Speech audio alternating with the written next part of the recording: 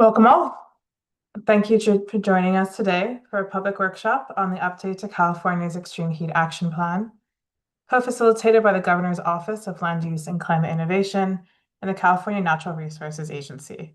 This update reflects current state extreme heat actions and priorities from across agencies, departments, boards, commissions, and conservancies. A quick note that this call is being held as a meeting, and you will have the opportunity to unmute yourself and participate in the conversation during our breakout rooms. In the meantime, please keep your volume muted. Feel free to use the chat or Q&A for any questions. Our workshop is slated to take about 90 minutes. After our welcome and introduction, we will do a quick overview of the Extreme Heat Action Plan. We will then proceed to track-specific breakout rooms where individuals can give direct feedback on the action tracks and provide additional responses to plan-wide questions. After the breakout rooms, we will give a quick overview of other related state resources before concluding our call. Thank you again for joining us today. My name is Catherine Foster, and I'm a senior planner at the Governor's Office of Land Use and Climate Innovation, or LCI. I'm joined by LCI's Senior Deputy Director of Planning and Policy, Abby Edwards, our Program Manager for the Extreme Heat and Community Resilience Program, Braden Kay, Associate Planners, Riley Barlett and Colin Green, and Senior Planners, Kelly Mezzaprado and Kim Danko. From our partner at the California Natural Resources Agency, we have Jen Phillips, Assistant Secretary for Climate Change.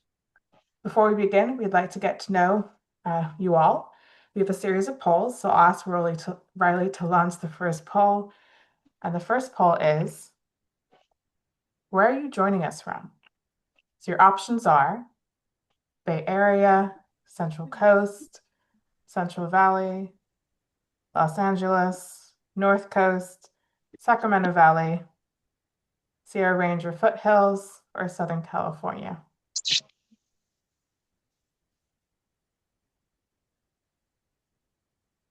You'll also see a second poll. What sector do you work in? It could be academia, a community-based organization, a for-profit, local and regional government, nonprofit, state government, or other. And finally, which action track are you most interested in talking about? And as you'll learn more, there are 4 action tracks within the plan. Track A is build public awareness and notification. Track B is strengthen community services and response. Track C is increase resilience of our built environment. Track D is utilize nature-based solutions. Or your last option here is no preference or you're interested in them all. And I'll give you a moment to reply to the poll.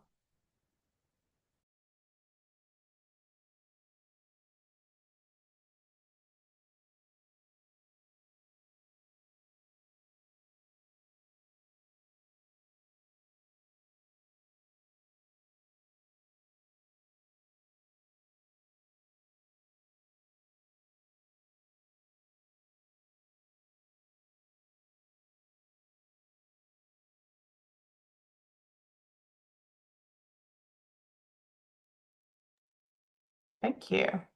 It looks like we have a wide representation from different sectors. We have the majority calling in from the nonprofit sector. In terms of geographical location, we have 23% in the Sacramento Valley and 32% in the Bay Area, an even split between the Central Valley and Southern California, LA, and the Central Coast, both at 9%. In terms of tracks, it looks like folks are equally interested in track B and C. That's great to hear. We also have interest in track D, track A, and it looks like folks are interested in them all. So appreciate you answering our polls. That gives us a great idea of where folks' interests lie. At this time, I'd like to ask Jen Phillips from the California Natural Resources Agency to provide a background of the Extreme Heat Action Plan. Welcome, Jen. Thank you, Catherine, and thank you all for joining us on this Tuesday afternoon. We really appreciate you making time in your busy schedules to be part of this conversation, and we're excited to hear your feedback and your reflections as you dig into the draft plan. So I wanted to start by just kind of giving a little bit of framing about the current 2026 Extreme Heat Action Plan and some context for how we've arrived at that draft of the 2026 plan. So the 2026 draft Extreme Heat Action Plan is called California's Extreme Heat Action Plan, a state strategy for protecting Californians from extreme heat. This plan, this draft, really provides a strategic and comprehensive set of state actions to help us adapt and build resilience in the face of extreme heat. Like with our 2022 Extreme Heat Action Plan, it truly outlines an all-of-government approach to tackling and mitigating the many impacts of both increasing average temperatures and heat waves. The plan is organized around 4 tracks, as Catherine just previewed, that organize all of the actions within the plan. Track 1 is awareness, public awareness, as Catherine mentioned. Track 2 is community response. Track 3 is the built environment. And track 4 is nature-based solutions. So the draft 2026 Extreme Heat Action Plan, which was just released for public comment a couple weeks ago, really builds on and is an update to the 2022 Extreme Heat Action Plan. As we were developing the state's 2021 California Climate Adaptation Strategy, which is the state's overarching framework for building climate resilience, it became very apparent that we needed a standalone strategy and a real concerted focus on extreme heat. So from that emerged the 2022 Extreme Heat Action Plan.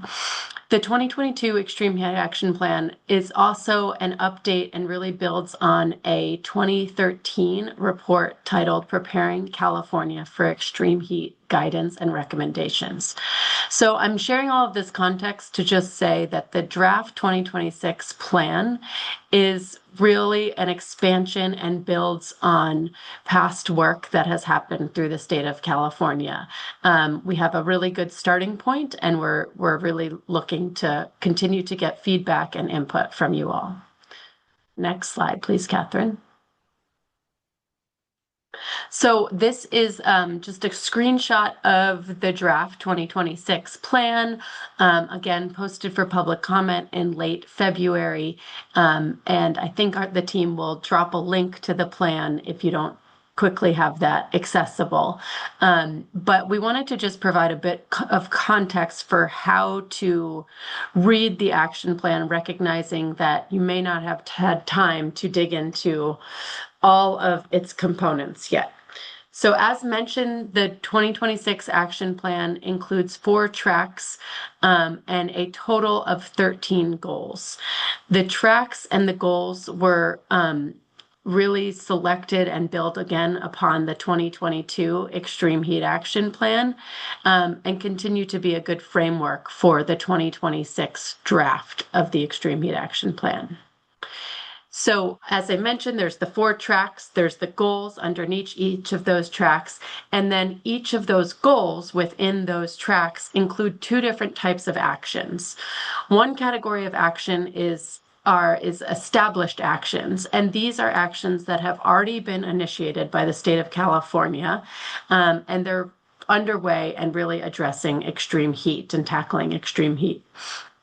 The other category of actions are recommended actions, which are the state's effort to really identify and outline important needs, but they are not yet underway, and implementation may require new or additional resources. I didn't ask for a salad.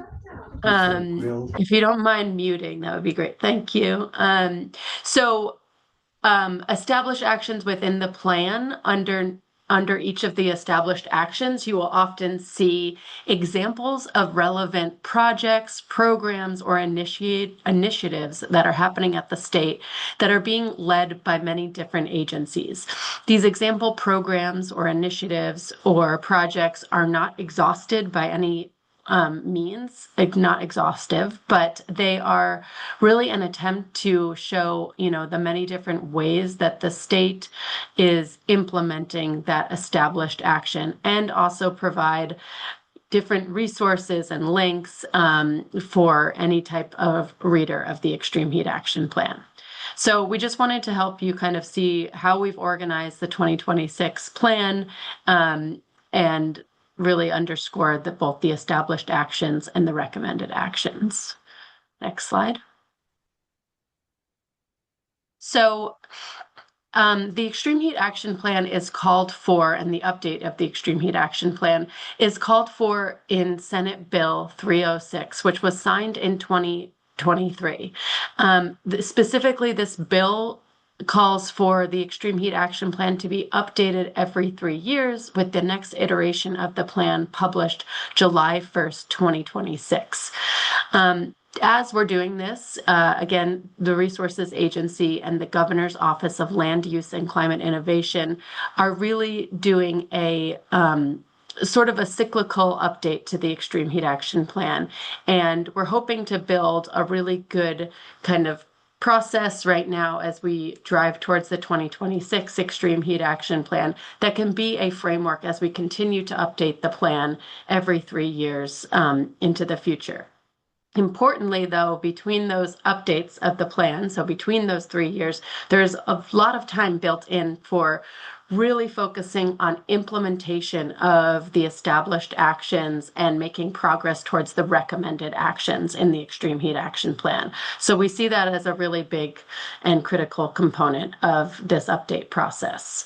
But just to kind of walk you through where we're at. So if you look at the top of this graphic, we did a lot of work throughout the summer and fall of 2025 internally to really get ourselves organized and build out our team and capacity to understand sort of, okay, what does this update look like? What needs to be reflected? What progress have we made on addressing extreme heat? We did a lot of work across the many different agencies in California to inform the draft. And also during this summer and fall period, we did some early engagement and public outreach to get ideas on what needed to be reflected in the 2026 plan. All of that led to us releasing the public comment draft again in late February. And now we're in this exciting period of doing formal public comment and outreach to really get a lot of great feedback so we can then release the plan in July of 2026. Next slide, please, Catherine. So I just wanted to underscore that we truly see this as an all-of-government approach. There are so many players involved in the Extreme Heat Action Plan for the state of California. There's, 15 plus state California agencies that are playing a really big part in this plan. And then there's many, many different departments and boards and commissions and offices within each of those agencies that are also doing work to tackle and address the many challenges around extreme heat. So we've built a very solid framework and structure as we were developing the 2022 Extreme Heat Action Plan of pulling in so many different government partners. And this is really expanded from that 2022 plan. Next slide. And I talked a little bit through this, but I just wanted to show another way and another kind of viewpoint of our timeline to developing this final Extreme Heat Action Plan by July of 2026. So as mentioned, there was a lot of internal work and interagency collaboration in the summer and fall of 2025, some early engagement in that period too, and a lot of work by many people on this line to draft the public comment draft for the Extreme Heat Action Plan that was just released. We're now in this period of public comment and review and inputs by so many of you on the line. And then we will go back to our colleagues across the state of California to work to finalize the Extreme Heat Action Plan by July of 2026. So I think that's all I have for sort of my framing. I'm very happy to answer any questions at any time. And we'll now pass it off to Catherine, who's going to share a bit more about our public comment period and the ways you can provide input. Thanks, Catherine. Thank you, Jen. Just clarifying that Braden is available, checking if Braden is available to present. Okay. We're excited to share again that the public comment period for the Extreme Heat Action Plan is open, and it will close on Wednesday, April 8th, the end of day. Individuals can provide written feedback via email, mail, and through a survey posted on both the LCI and CNRI web pages. During the public comment period, CNRA and LCI will also be hosting a series of virtual and in-person workshops to discuss the Extreme Heat Action Plan and gather feedback on the draft. So we had 2 virtual sessions yesterday. This is our 3rd and last virtual session for this public comment period. We're also hosting a series of in-person workshops. So on March 16th, we'll be in Reading. That's next Monday. March 27th, we'll be in Riverside. April 1st, we'll be in Fresno. LCNRA and LCI are also co-facilitating a tribal roundtable next week on March 18th. And more details for these events, including registration details, can be found on the CNRA and LCI websites. We will also share links as part of our follow-up email. CNRA and LCI are also planning on highlighting EHAP at Tag-On events throughout the month of March and welcome additional opportunities to highlight the update. Before we move into breakout rooms, I'd like to take a quick moment to give an overview of the 4 action tracks within the Extreme Heat Action Plan and their respective goals, as it may help you decide what conversations you'd like to be a part of. So our first track, Track A, is focused on building public awareness and notification. Within this track, we have 3 goals: build public awareness about extreme heat through targeted communications and campaigns. Goal 2, support actionable climate science and research to inform risk assessments and decision-making. Goal 3, improve accuracy and accessibility of heat modeling and data to inform decision-makers. Track B is focused on strengthening community services and response. We have 3 goals in this track. Goal 1 is investing in social resilience. Goal 2 is focused on protecting California's workers and economy from the impacts of extreme heat. Goal 3 is focused on supporting local planning and response measures to extreme heat events. Track C is focused on increasing resilience of our built environment. Goal 1 looks at protecting critical infrastructure. Goal 2 looks at supporting heat-resilient and cooler communities through relevant regulations and codes. Goal 3 looks at investing in cool buildings and surfaces. Goal 4 looks at utilizing science-based frameworks and tools. And last but certainly not least, we have Track D, which looks at utilizing nature-based solutions. Within Track D, we have 3 goals. Goal 1, promote nature-based solutions to reduce extreme heat risks. Goal 2, support nature's ability to withstand and adapt to increasing temperatures. And Goal 3, reduce heat risks to water supply and systems. Before we move into breakout rooms, I'd like to quickly review the structure. There will be 60 minutes total for discussion.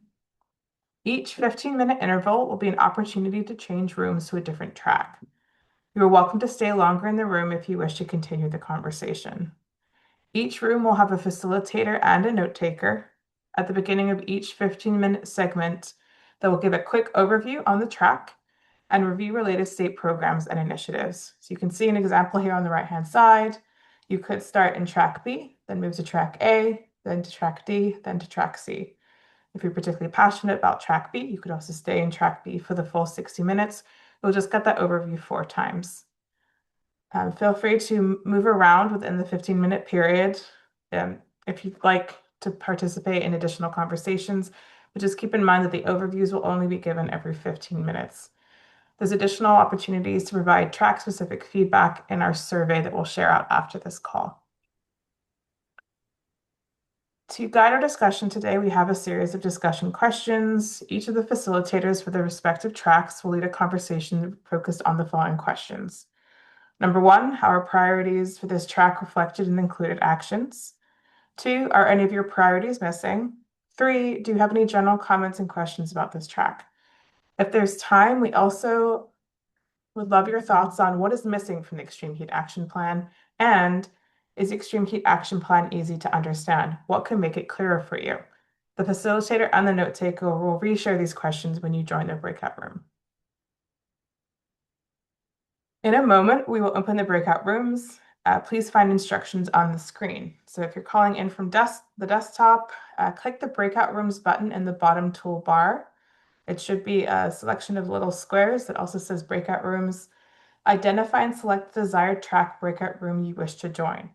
So in a moment, those breakout rooms will become live. You'll have an opportunity to click on the one of your choice. If prompted, click yes to confirm. If you're calling in from mobile, tap the screen to see controls, tap breakout rooms, and then identify the desired track breakout room and tap join.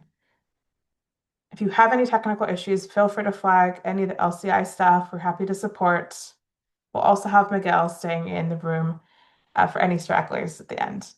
And we have one note in the chat. And certainly, great question, Lisa. We will include the copy of the draft. Each of the facilitators has a link to the draft. We'll flag that also for the group in each breakout conversation. And as best we can, we'll reference specific actions that might be relevant to the conversation that you're exploring. At this time, I'll ask Riley to open the breakout rooms, and I look forward to seeing you all in about 60 minutes' time.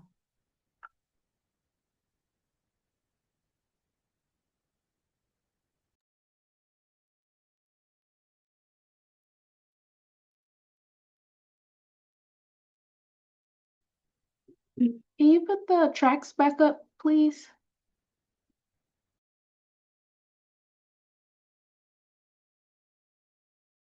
Absolutely. So we have Track A, public awareness and notification. Track B, strengthen community services and response. Track C, increase resilience of our built environment. And track D, utilize nature-based solutions. And for our note takers and facilitators, you'll also need to select into your track.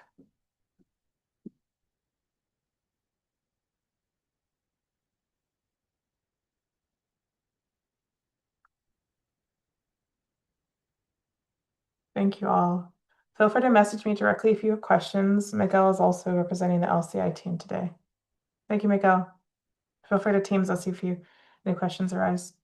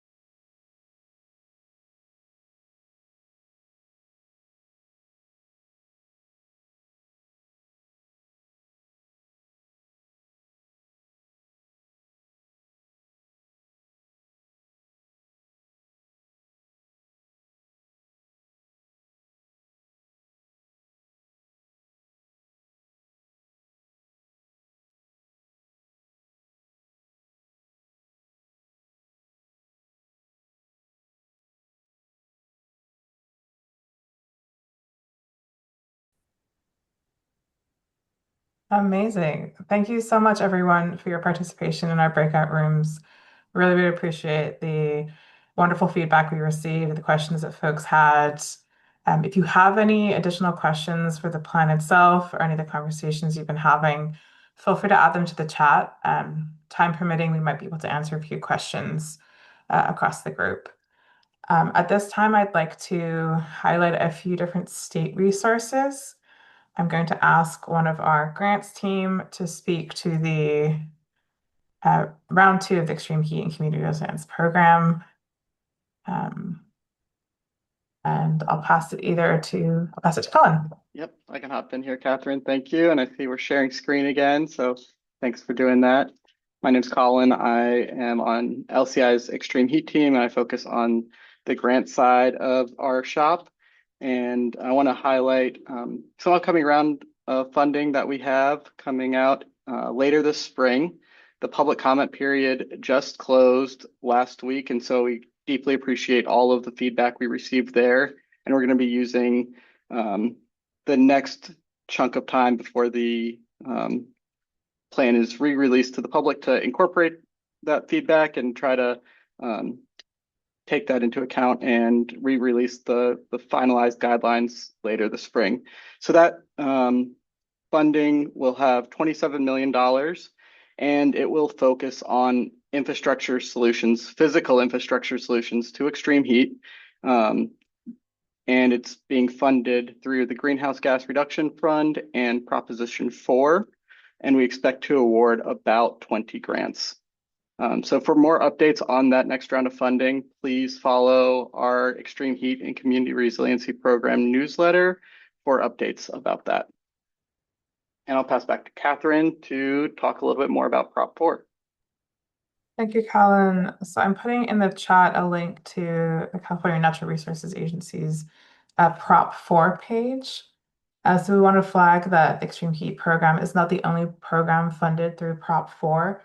We also speak a little bit about Prop 4 in the beginning section of our Extreme Heat Action Plan. If you click on the link or also visit afterwards, you'll find a full list of all the Prop 4 programs available. I also want to flag that the public comment period for the urban greening draft grant guidelines is open now and closes in April. If you participated in the Track D conversation on nature-based solutions, you most likely heard about this program. I also want to stress again that the public comment period for the Extreme Heat Action Plan is still open. It'll conclude on April 8th. That's Wednesday, April 8th, end of day. There are a couple additional ways to provide feedback. So one way was joining this virtual session today. So thank you again for providing your feedback. You're also welcome to provide feedback via our survey. In the survey, you'll see questions related to extreme heat connection points. You'll also see a space to provide specific feedback on tracks. And once again, I'll also link in the chat the draft of the Extreme Heat Action Plan. Actually, that's our announcement for the public comment. You can also provide feedback via email. Our email address is there. If you also like physical mail, we also welcome mail at our office. Our address is 1400 10th Street. And if you're located in Riverside, Fresno, or Redding, feel free to come and see us. We'll be in Redding on March 16th. We'll be in Riverside on March 27th. And we'll be in Fresno on April 1st. Thank you again for your time and attention today. We really appreciate your input on the development of the California's 2026 Extreme Heat Action Plan. We look forward to following up with you more as the plan is finalized. If you have any follow-up questions and or wish to speak more on the state's extreme heat work, please feel free to reach out to us. Our email addresses are on the screen, and we'll also follow up via email. Thank you so much, everyone. Wishing you a wonderful day.